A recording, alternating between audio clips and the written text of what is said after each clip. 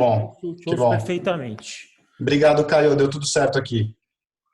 Beleza, desconectar Show. aqui. Vamos lá, Toledo?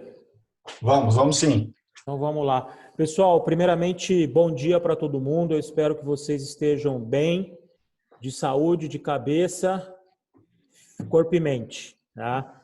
Esse é um momento inusitado, acho que difícil para todo mundo. Queria agradecer a presença de todos. E antes da gente começar, passar um panorama geral, essa ideia desse webinar é bater um papo aí sobre quais são os reflexos, os potenciais encaminhamentos aí da situação de pandemia em nível mundial que a gente vive hoje pelo Covid-19 em relação às relações de locação. A gente tem percebido, não só por notícias de jornal, mas até por movimentações aqui de clientes do escritório, que esse é um tema que preocupa muito tanto inquilinos quanto locadores. O aluguel, ele geralmente compõe um valor relevante aí na despesa operacional dos inquilinos e, ao mesmo tempo, você tem locadores que dependem dessa renda muitas vezes para cumprir com as suas outras obrigações e para sobreviver no final do dia. No final do dia, a gente sempre está falando de um CPF na ponta final aqui. Então, gostaria de nos apresentar rapidamente. Eu sou o Eduardo Tristão, eu sou sócio da área imobiliária aqui do Madrona Advogados.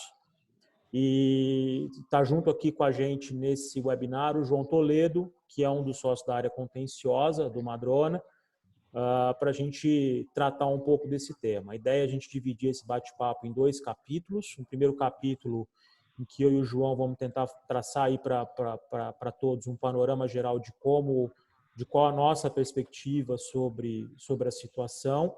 E, na sequência, a gente abre aí para perguntas e para debates dos presentes, seja por meio do chat aqui, seja por meio de perguntas no áudio.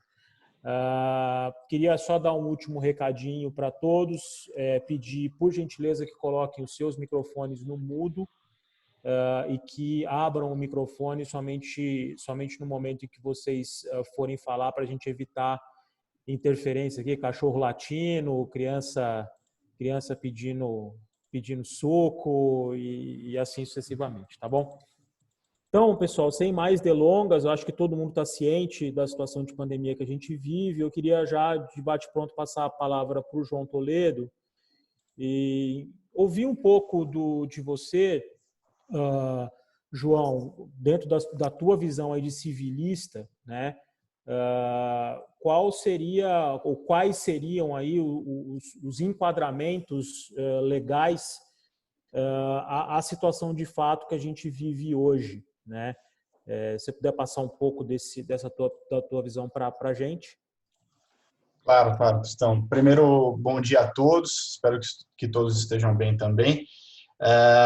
Bom, a gente vive uma situação hoje que vou chover aqui um pouco no molhado, mas é uma situação totalmente atípica, né? Eu acho que a gente, pelo menos, eu não me lembro da gente ter aí nenhuma situação que tenha tido esse reflexo tão grande, ou que venha a ter este reflexo, né, tão grande em diferentes setores industriais. Então, a gente está falando de um problema que ele é global, e ele é global disseminado em todas as cadeias produtivas, né? Então, a gente está falando de uma situação realmente atípica. E essa questão das revisões, né, revisões contratuais, seja no contrato de locação, seja no contrato com os fornecedores e outras discussões, ela vem sendo desde do dia em que a questão de fato chegou ao Brasil, né, que o pessoal começou a olhar com um pouco mais de cuidado para essa questão da pandemia, nas 2, 3 últimas semanas, vem se falando muito das questões de possibilidade de revisão de contrato, possibilidade de suspensão de pagamento, né? Então, é uma questão sem precedente. A gente vem monitorando o judiciário nos últimos tempos para entender como é que o judiciário vai se comportar com relação a isso, né? E ainda temos uma ou outra decisão isolada, mas não temos ainda decisões dos tribunais, né? Não tem nada consolidado. Então, é uma situação realmente muito atípica. Porém, embora seja uma situação atípica, o Código Civil, ele traz, de fato, elementos e teorias, né, institutos jurídicos que resguardam essas situações, né, que resguardam situações imprevisíveis, situações que tragam desproporcionalidade nas relações contratuais.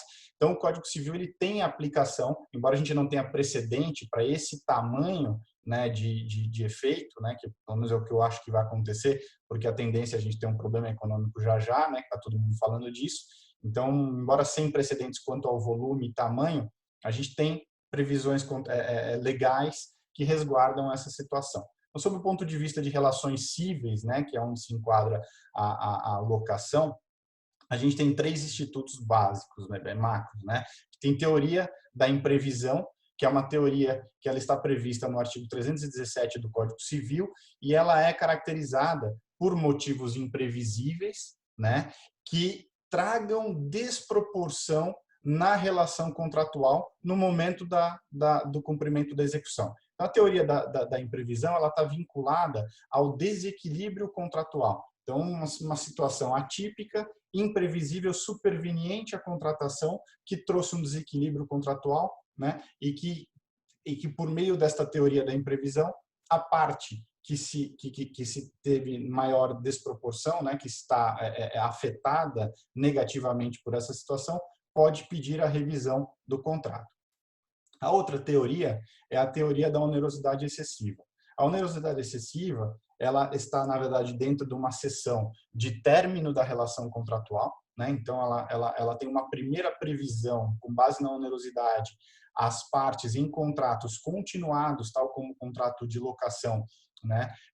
Ou de obrigação diferida. Se a prestação se tornar extremamente onerosa, né, excessivamente onerosa para uma parte e excessivamente vantajosa para outra, a parte que está prejudicada pode pedir o término desta relação, né?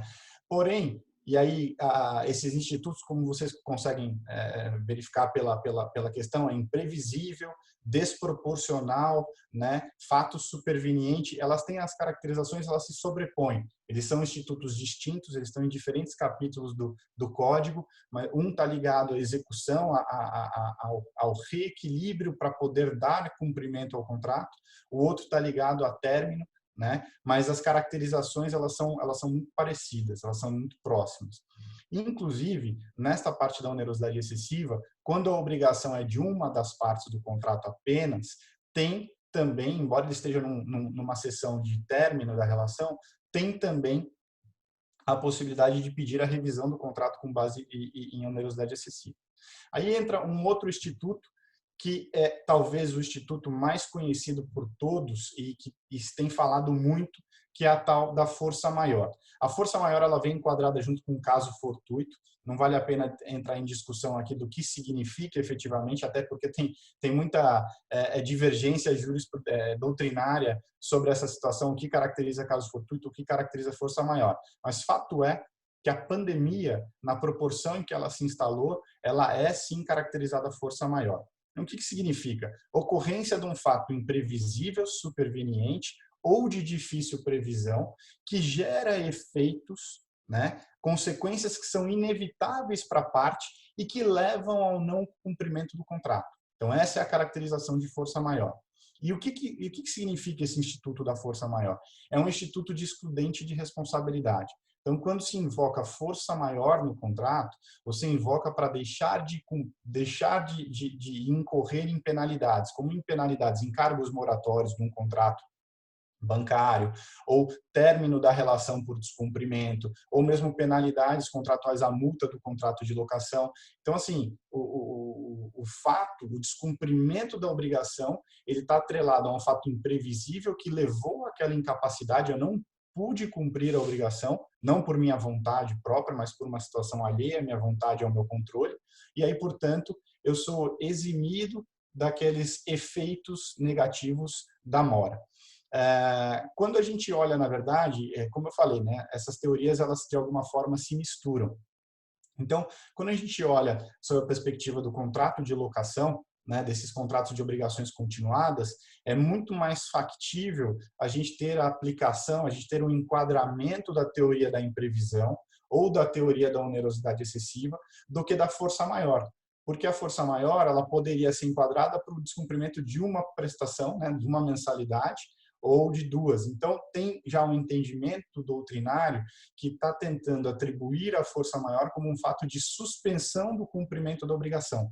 Então, na verdade, ao invés de tratar de exonerar os efeitos da mora, exonerar os efeitos do descumprimento, seria uma situação para invocar a suspensão da obrigação. Então, eu não consigo cumprir aquela obrigação, eu suspendo o cumprimento, né, até que se tenha um restabelecimento da situação normal em que eu venha a poder cumprir, né? Então, suspendo o cumprimento com base na força maior e aí, por conta disso, eu não sofro nenhum tipo de efeito de mora, multa contratual ou mesmo a possibilidade de término da relação por descumprimento.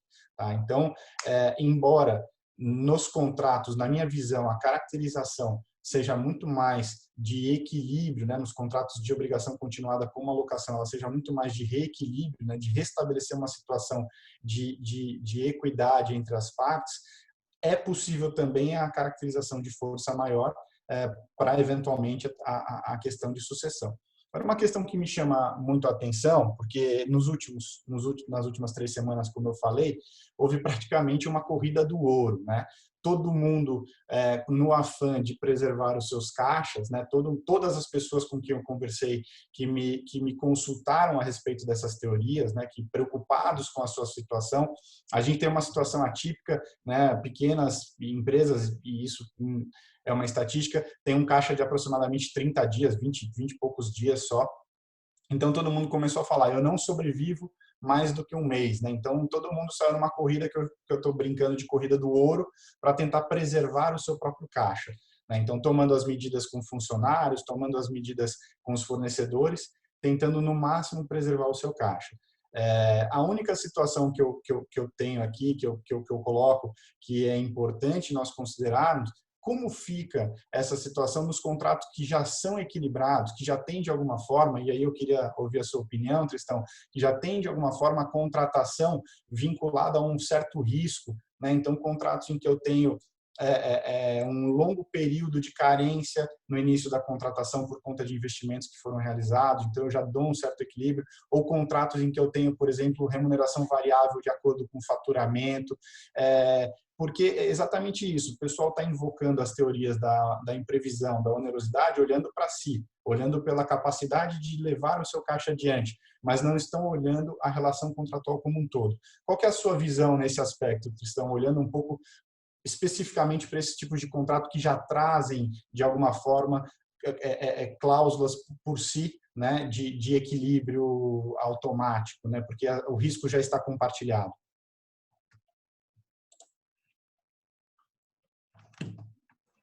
Estava no mudo aqui, desculpa. Então, João, eu entendo que a hora que a gente tem que olhar a situação com muito cuidado e não encarar a pandemia como um canivete suíço gigante, em que a gente abre um determinado item do canivete e ele basicamente vai servir para você, desde abrir uma lata de ervilha a parafusar um parafuso na parede. A pandemia isoladamente considerada, para mim, ela não é resposta para nada, a não ser que a gente olhe para a situação da pandemia e entender que tipo de desequilíbrio ela traz dentro de uma alocação de risco naquela relação de locação específica. E como você bem disse, a alocação de risco dentro de uma relação locatícia, ela não é linear e simétrica para toda e qualquer locação. Você tem alocações de risco diferentes entre inquilino e locador, dependendo, da classe do ativo. Por exemplo, eu tenho uma alocação de risco diferente, por exemplo, numa alocação residencial, ainda mais considerando o perfil do locador residencial, diferente, por exemplo, numa alocação de uma laje corporativa.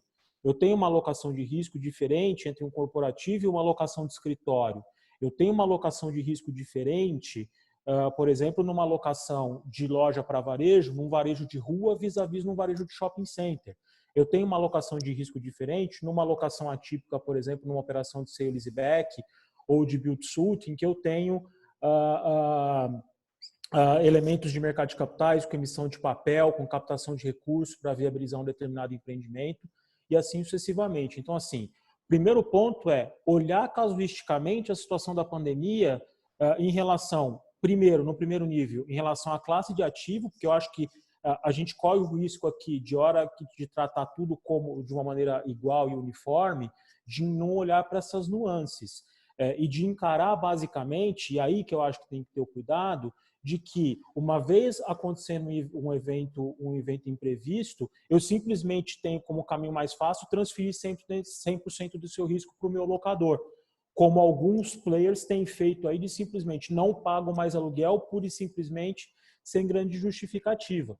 A gente tem que enxergar também que o locador, não necessariamente ele está numa posição de rentista, explorador de capital de ativo fixo próprio, como o empresário malvadão que está ali para sugar dinheiro do inquilino, né?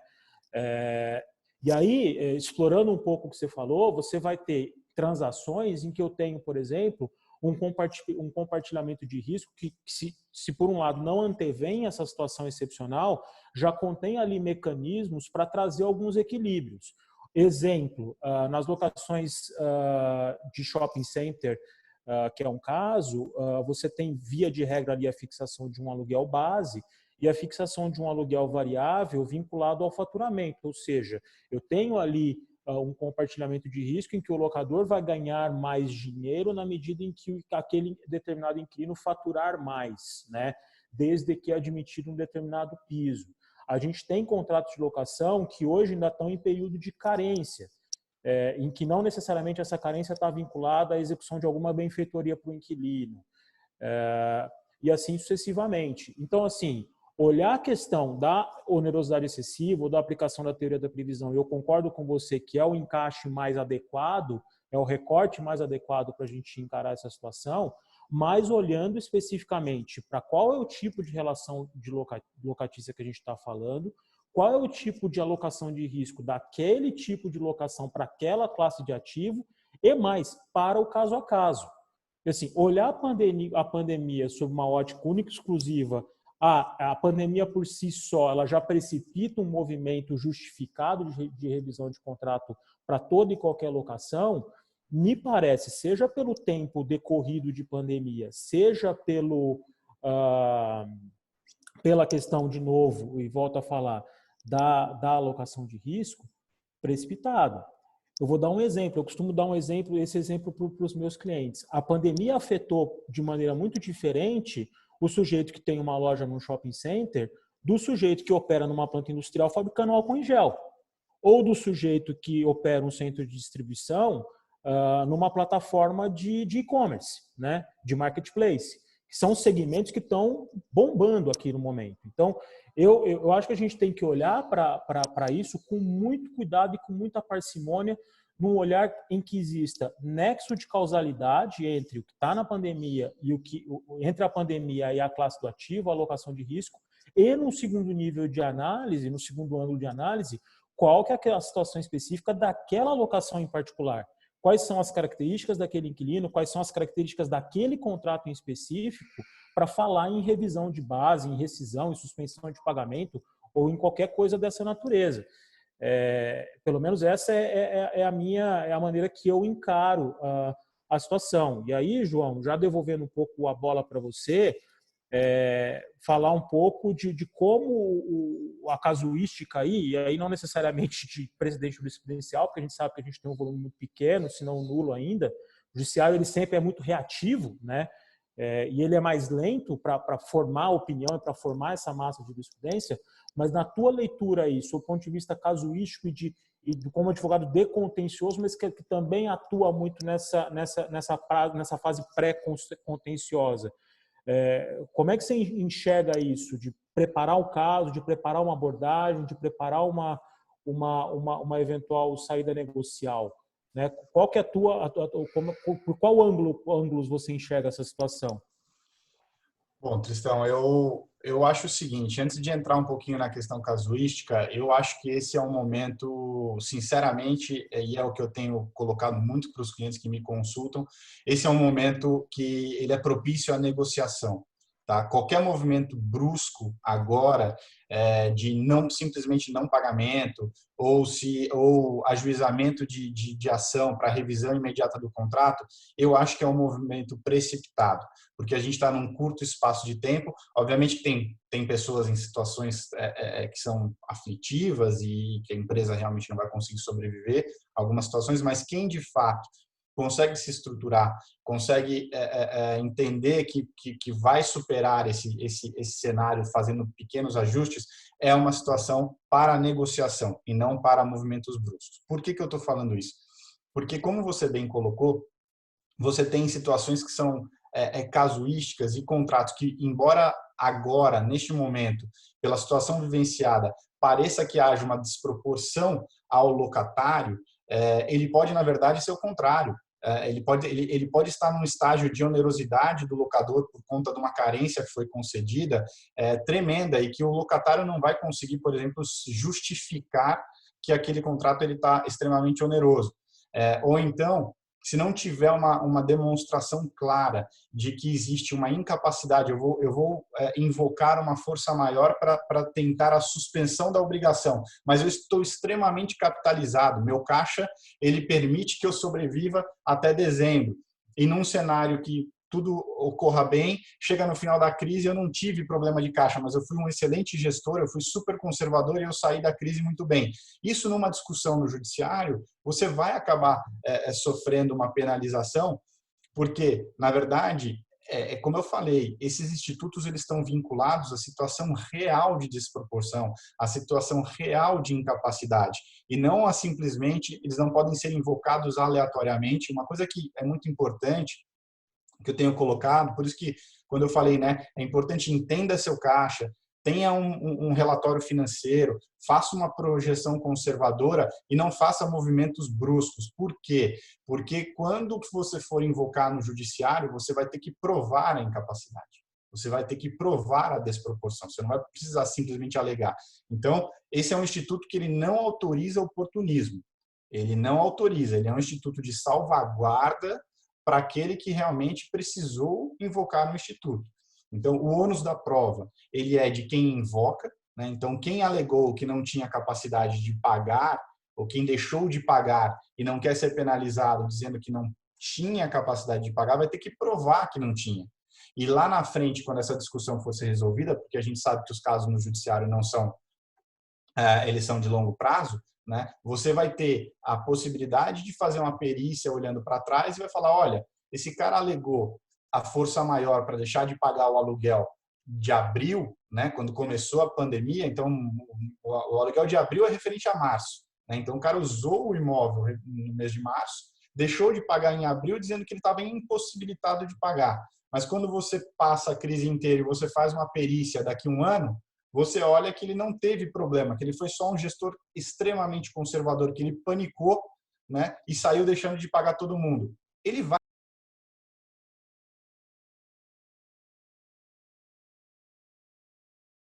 Desculpa, gente. Ele vai sofrer os efeitos da mora.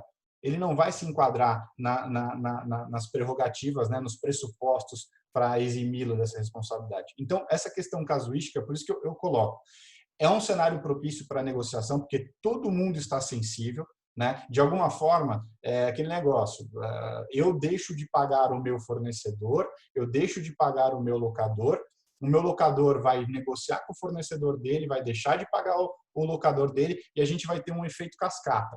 Então, de alguma forma, esse pleito de revisão vai chegar na sua porta. Hoje você pode estar tomando a iniciativa de deixar de pagar, mas de alguma forma esse pleito vai voltar para a sua porta. Tem situações ainda que o nosso cliente ele é tanto locatário como locador. Ele está numa ponta em uma determinada situação e ele está em outra ponta em outra determinada situação. Então, nós temos, por isso que eu coloco, é importante, se for invocar um instituto, faça uma análise, prepare o seu pleito, entenda com base em que você está pedindo aquilo, né? E não numa situação de pânico, mas tenha os números, tenha um relatório, e se você não conseguir provar que você de fato está incapacitado, negocie até a melhor forma. E se decidir por não cumprir e não for possível provar, saiba que a chance de você ter aí quaisquer dessas teorias consideradas no judiciário é baixa.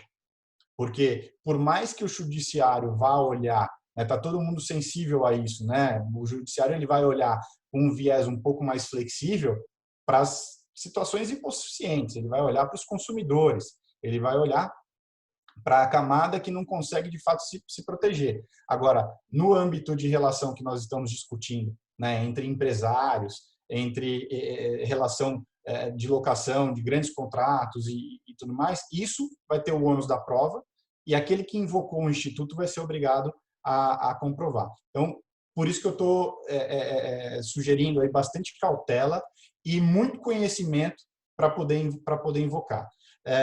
Inclusive, o que me preocupa nessa situação e essa corrida, né, a gente teve nas últimas semanas aí, como eu falei, é praticamente pânico, as pessoas correndo para tentar preservar o caixa. O que me preocupa muito é com essas medidas genéricas, né, essas medidas de projeto de lei que se não pagar não pode despejar, ou para deixar de pagar por um determinado período contas de consumo. Isso vai trazer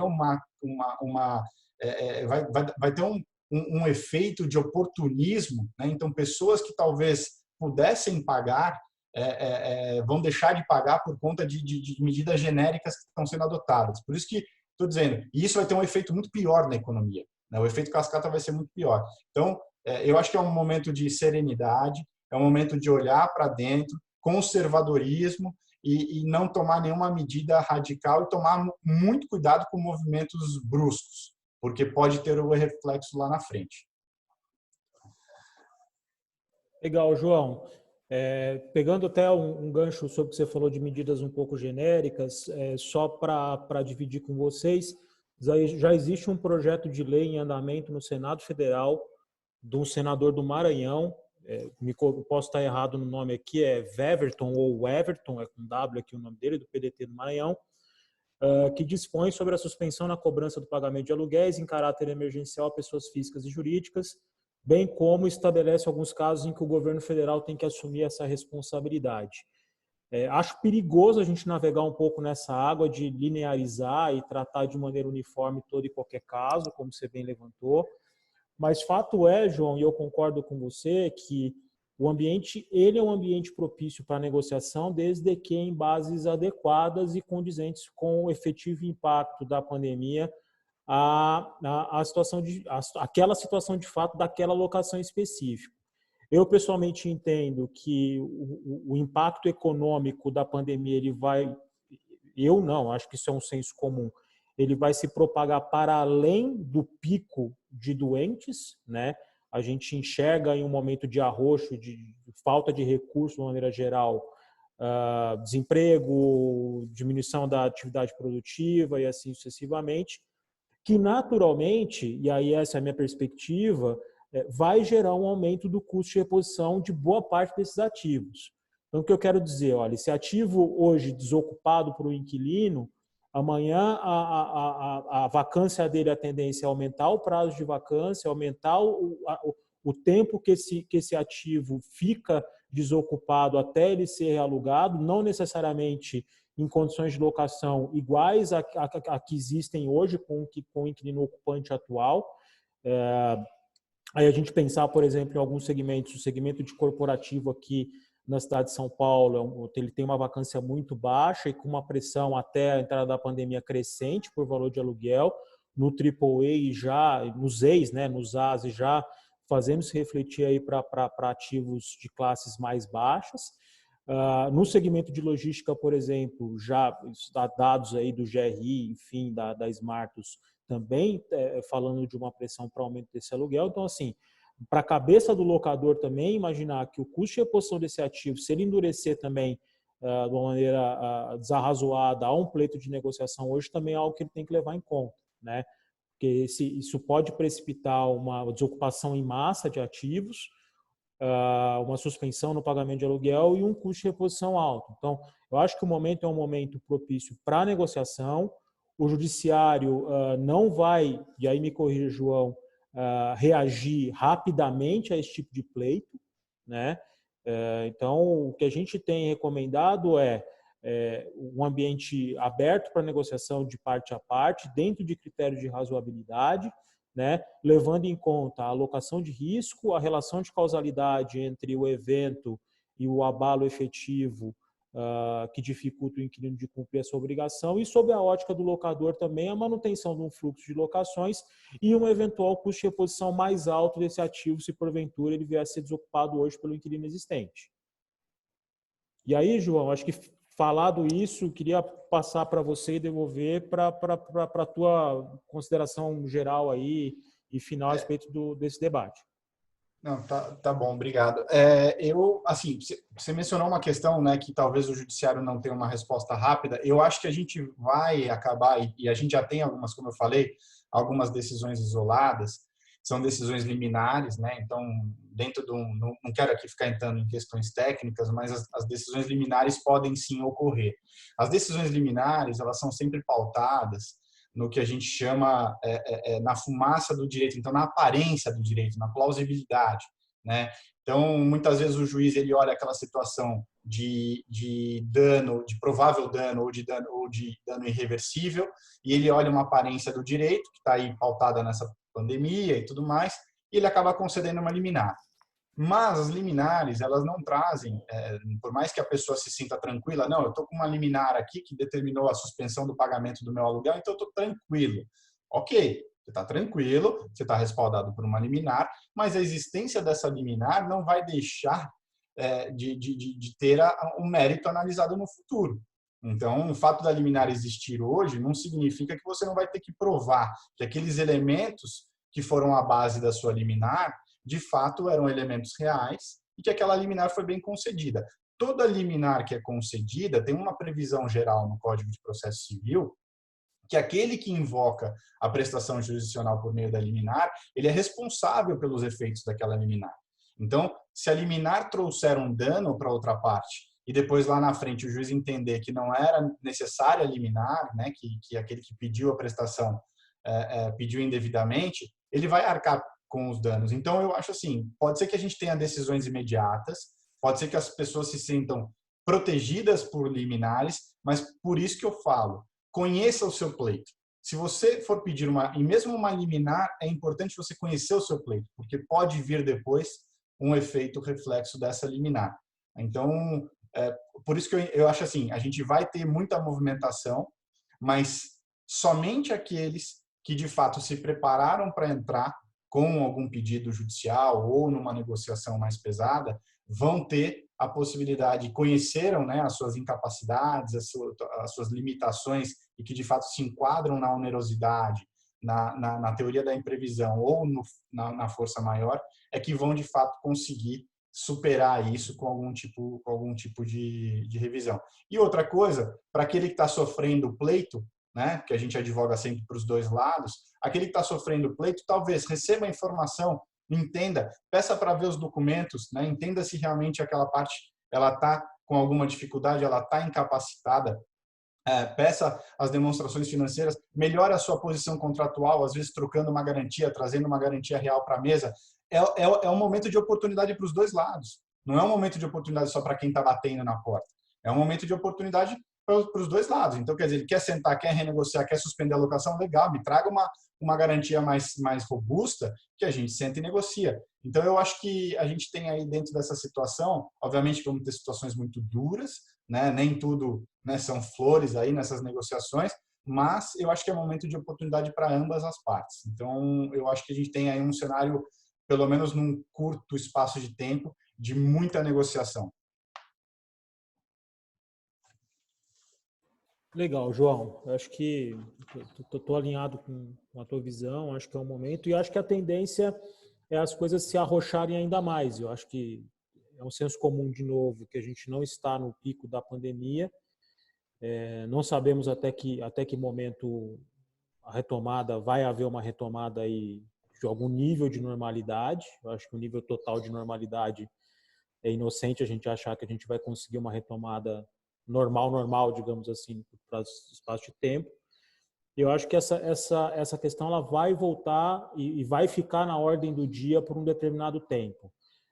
revisão de base contratual, resolução por onerosidade excessiva em contrato de locação. Acho que esse pode ser o primeiro de alguns bate-papos virtuais que a gente faz aí com o público.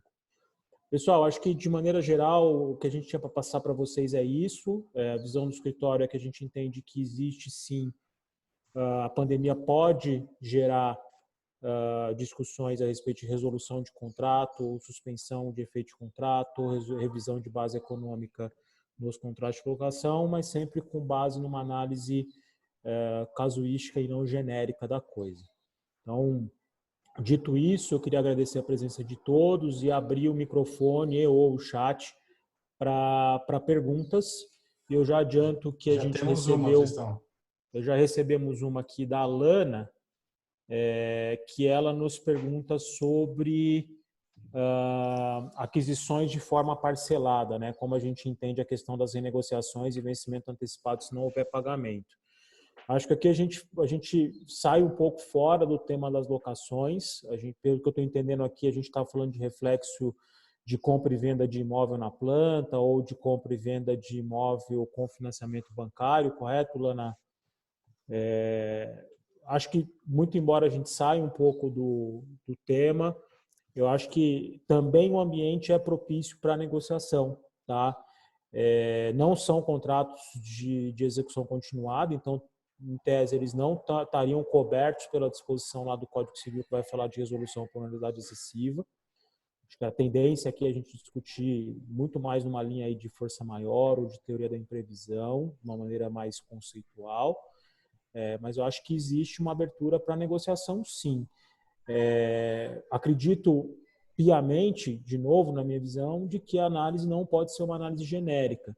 Você já vê aí alguns movimentos de instituição financeira, a Caixa Econômica Federal, um exemplo, suspendeu aí, se eu não me engano, durante 60 dias as cobranças de dívidas em aberto. Eu acho que isso pode ser uma tendência da gente olhar esses diferimentos, mas a negociação específica, eu acho que ela passa mais ou menos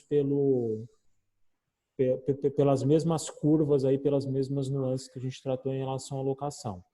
Acho que eu entendo que há ambiente para negociar, há ambiente, inclusive, para suspender aí eventual execução de alienação fiduciária, até que essa renegociação aconteça, enfim. Essa é a minha visão a respeito de venda e compra de imóvel, tá? Em parcelas. Quer complementar, João?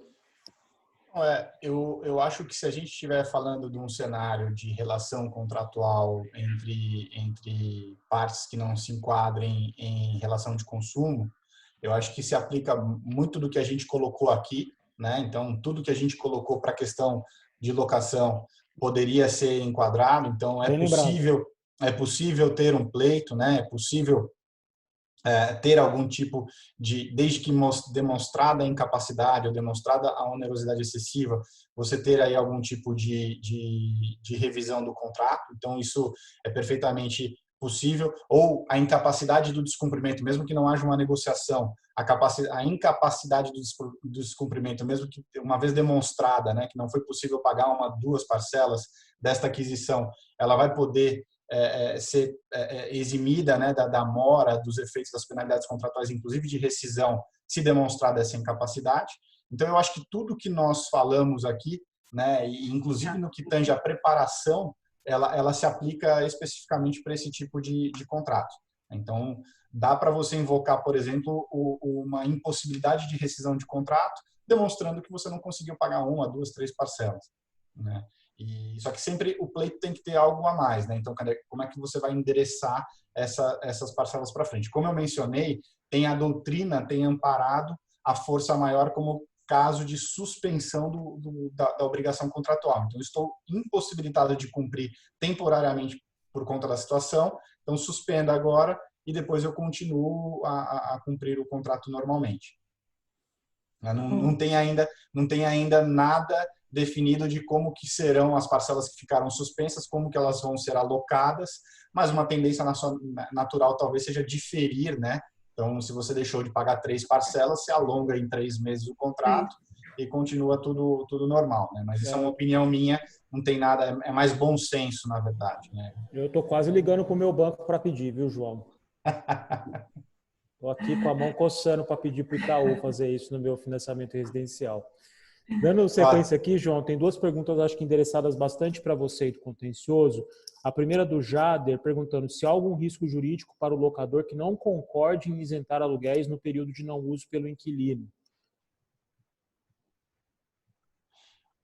Bom, eu vejo o seguinte, não vejo um risco jurídico para o locador, tá? Na verdade, dentro da relação, ele tem o direito de invocar, ele tem o direito de negar essa isenção. O risco, na verdade, é o risco de judicialização. Ou de inadimplemento, né? Ou de inadimplemento, obviamente, né? E ter ali as questões envolvidas nos custos envolvidos, todos os riscos inerentes ao término da relação contratual que o Tristão colocou, como vacância e outras coisas, mas jurídico não tem. Ele não tem, a não ser que nós tenhamos alguma medida, alguma lei, né, algum desses projetos que o Tristão mencionou, que ele venha a ser realmente convertido em lei, passe não a vigorar. Acredito nisso, viu, João? Então, mas assim, por hora nós não temos risco jurídico para o locador que deixar de concordar aí com a suspensão, tá? Por hora, o locador tem o direito de exigir as obrigações que foram pactuadas e se não houver algum tipo de intervenção judicial de modo a flexibilizar essas obrigações, ele está no direito dele de invocar. Então, não haveria risco jurídico. Legal. João, eu tenho duas perguntas. A primeira é do Jader e a segunda do Jael, que eu acho que elas estão relacionadas. Tá? A pergunta do Jader está no seguinte sentido. Há algum risco... Não, desculpa. Do Sérgio.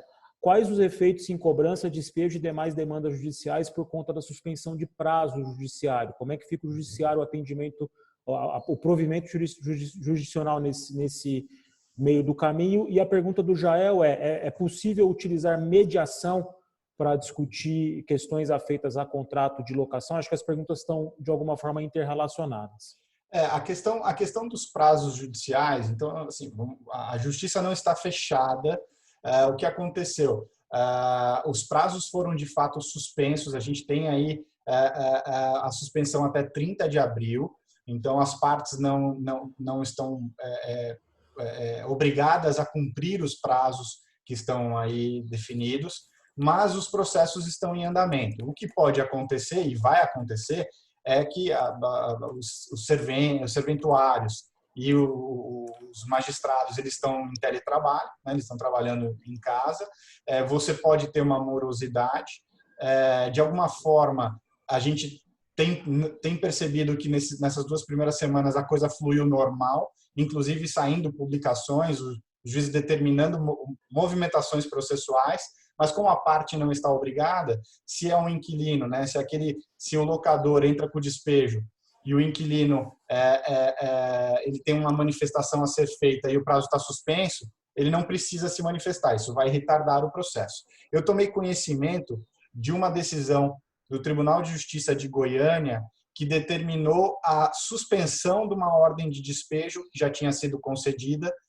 Houve um pedido de reconsideração por conta da pandemia e a juíza que deu a ordem de despejo, ela suspendeu a ordem de despejo sob o argumento de que o direito à moradia é garantido, que a gente está numa situação atípica e tudo mais. Então, foi uma decisão isolada de primeira instância no Tribunal de Goiás. Então, a tendência é ter um reflexo, sim, tornar mais moroso o processo, mas a justiça está funcionando. Se a parte tiver que cumprir algum prazo, ela tem a prerrogativa de não cumprir. Tá? A questão da mediação, a mediação é uma forma alternativa de solução de conflitos que não está vinculada, ao contrário da arbitragem, ela não tem jurisdição. A mediação, na verdade, é uma aproximação feita entre particulares por meio de um terceiro que é nomeado entre as partes, que é o mediador, e ela tem uma característica de negociação contratual. Então, a mediação, ela gera, ao final, um contrato. Ela gera um acordo entre as partes que é instrumentalizado por meio de um contrato. Está previsto em lei, mas não tem força de sentença como tem, por exemplo, a arbitragem. Ela não tem característica de jurisdição. Então, é um excelente mecanismo de solução de conflitos. Eu sou extremamente favorável. A gente já trabalhou com arbitragem no escritório, anda muito bem.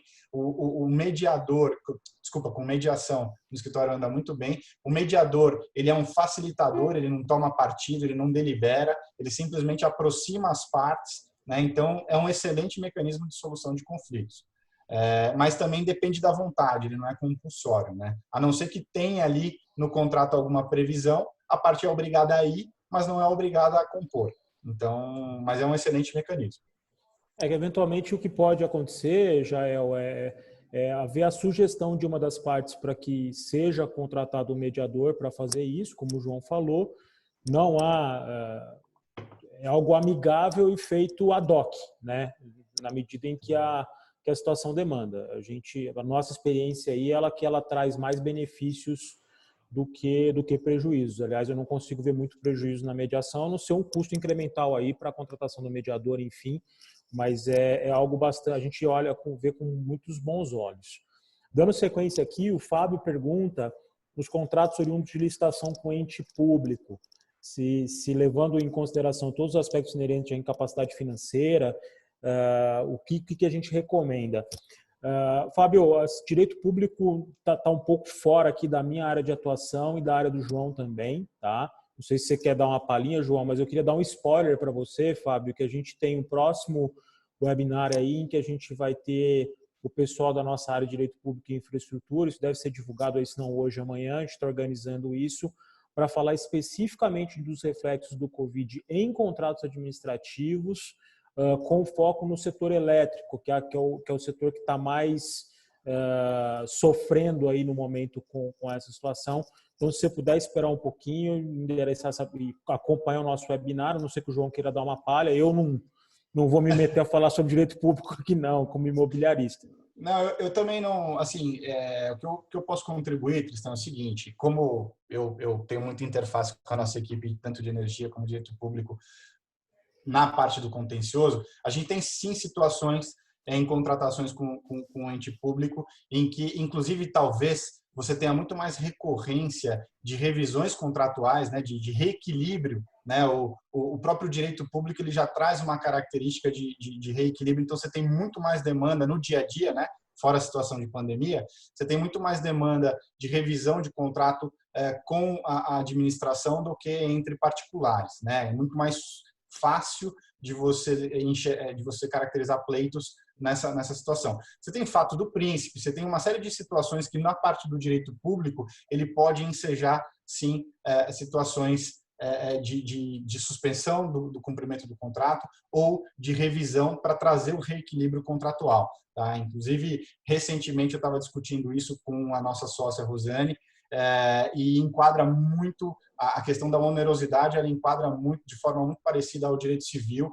A parte que invoca geralmente, né, o contratado, ele tem que demonstrar aquele efeito. Não dá para pedir reequilíbrio contratual com base em um fato sem demonstrar o efeito que aquele fato gerou. Então, tem uma similitude, você tem coisas muito mais típicas, né? O direito público ele é um pouco diferente, os princípios que regem o direito público, eles são diferentes do direito privado, mas tem alguma coisa bem semelhante nesse sentido aí, na parte principalmente do reequilíbrio. Legal. João, eu vou endereçar aqui duas perguntas, um complemento de pergunta do Fábio, do mesmo Fábio que fez a pergunta sobre a questão do contrato público, para que a gente levasse em consideração que a atividade dele está impossibilitada de funcionar em razão de determinação. Acho que isso pessoal, tem a ver com aquilo que a gente tá vendo muito aí na mídia, o tal do fato do príncipe, né, que é o poder público determinando a paralisação de uma determinada atividade, e isso trazendo a consequência do fechamento e da impossibilidade do inquilino exercer a sua atividade ali. A questão de fato do príncipe ela está muito assentada na questão de contratos públicos, tá? Eu enxergo o fato do príncipe aqui, que é a determinação do poder público, muito mais como consequência da Covid, e a discussão ela necessariamente vai passar pelo mesmo caminho de uma onerosidade excessiva, tá? Por quê? Porque o poder público só determinou o fechamento daquela atividade por conta de uma pandemia. Então, eu não vejo a questão da determinação do fechamento da atividade, da suspensão temporária da atividade, ela é um plus a mais, como diriam lá, numa discussão de revisão de reequilíbrio econômico-financeiro ou de resolução por onerosidade.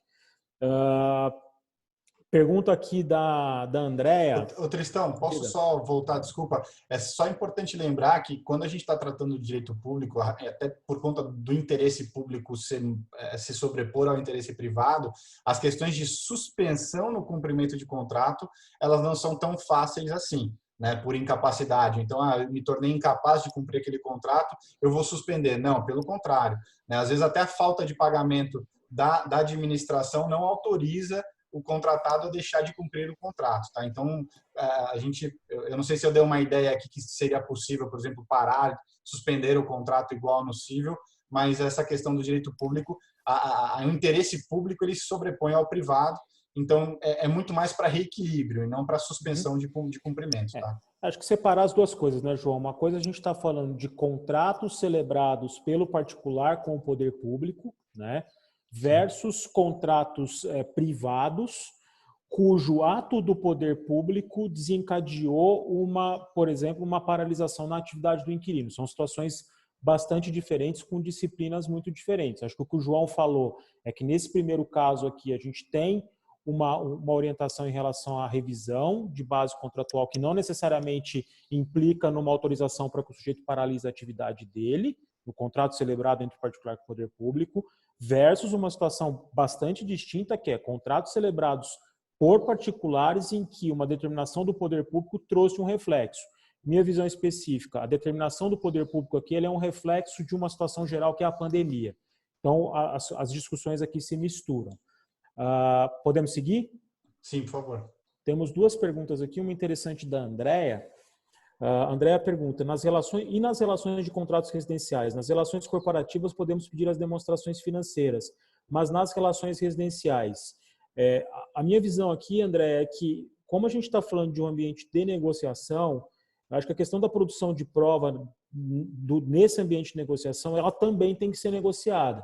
A gente vai discutir, por exemplo, uma revisão num aluguel residencial, eu acho que é de bom tom que o locador investigue junto ao seu inquilino residencial qual é o efetivo abalo. Cara, você deixou de receber teu prolabore, você foi colocado aí com uma suspensão temporária do teu contrato de trabalho, ele pode não ter demonstrações financeiras, mas acho que de alguma forma encontrar meios de prova, eu acho que eles existem, para que aquele determinado inquilino consiga atestar para você que de fato ele teve um abalo, que teve muita gente, por exemplo, que deixou de receber prolabore, profissional liberal, sócio de empresa, sócio de escritório e assim sucessivamente.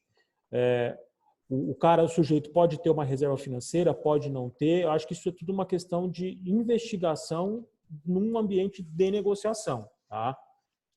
Cristão, aí está mais na sua praia, mas eu acho que a mesma legitimação que o locador tem no começo da relação, né, que ele pede para verificar a capacidade de pagamento, ele pode invocar aqui agora, né, para pedir as demonstrações até para poder, de alguma forma, reequilibrar, né?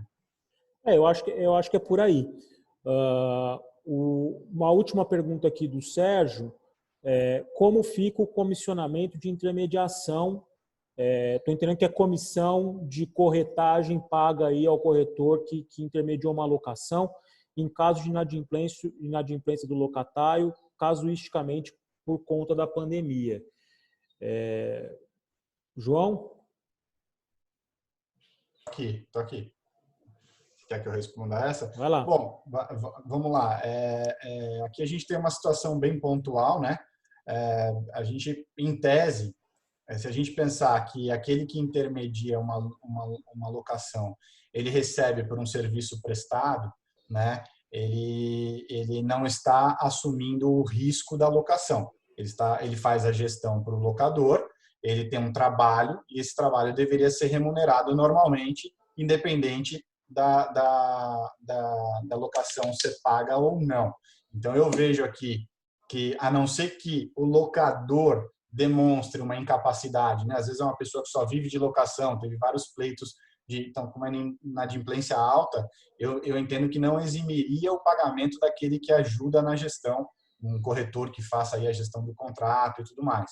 Essa é a minha visão inicial, porque são relações distintas e até onde eu sei, a relação do corretor que faz a gestão do contrato é uma relação de meio, ela não está vinculada ao adimplemento da obrigação. Então, mesmo num cenário atípico, né, casuístico, como a questão do não pagamento da locação por conta da pandemia, a gente teria que olhar a casuística da relação entre o prestador de serviço e o tomador, que é o locador e o corretor. Então, é uma outra relação jurídica que não deveria se afetar única e exclusivamente pelo inadimplemento daquele aluguel em que ele faz a gestão. Essa é a minha visão. Legal, João. Pelo menos no chat aqui, eu acho que a gente passou por todas as perguntas. Eu não sei se a gente chegando aí na parte final da nossa transmissão, se mais alguém tem algum comentário, pergunta, alguma colocação para fazer, ou tanto o microfone quanto o chat estão abertos aí.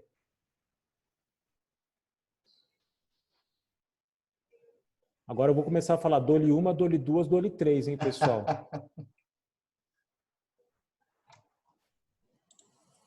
Legal, pessoal. Acho que...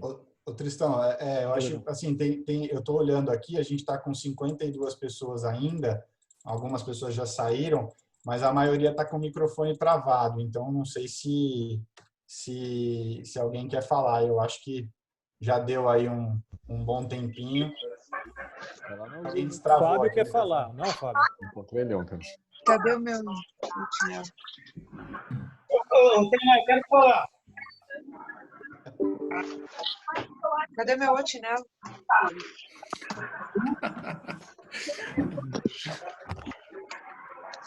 Temos alguém, pessoal? Pessoal, consegue me ouvir? Sim. Aqui é o Jader de novo.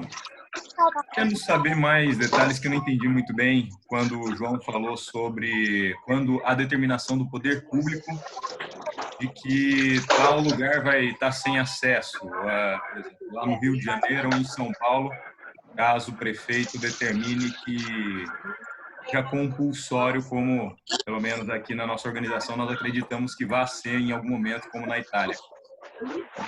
Como que fica caso o público determine o fechamento de todos os estabelecimentos comerciais? Bom, sabe onde está no Bradesco aquele negócio? João? O Jader, o que acontece? A questão de ser... Estou só ouvindo, estou com o Tristão. Tirar as coisas na mesa. Tem bastante barulho de fundo, mas eu vou tentar responder. A situação de termos Eu aí... só troquei de roupa porque eu não encostei em nada. Eu saí daqui, entrei no carro, no prazo. Ô, Franco. Jader. Voltei. Peraí, estão me chamando. Tô ouvindo ainda. Bota no mudo aí, querido. Vou botar meu microfone aqui. Ô, Franco, bota no mudo, por favor.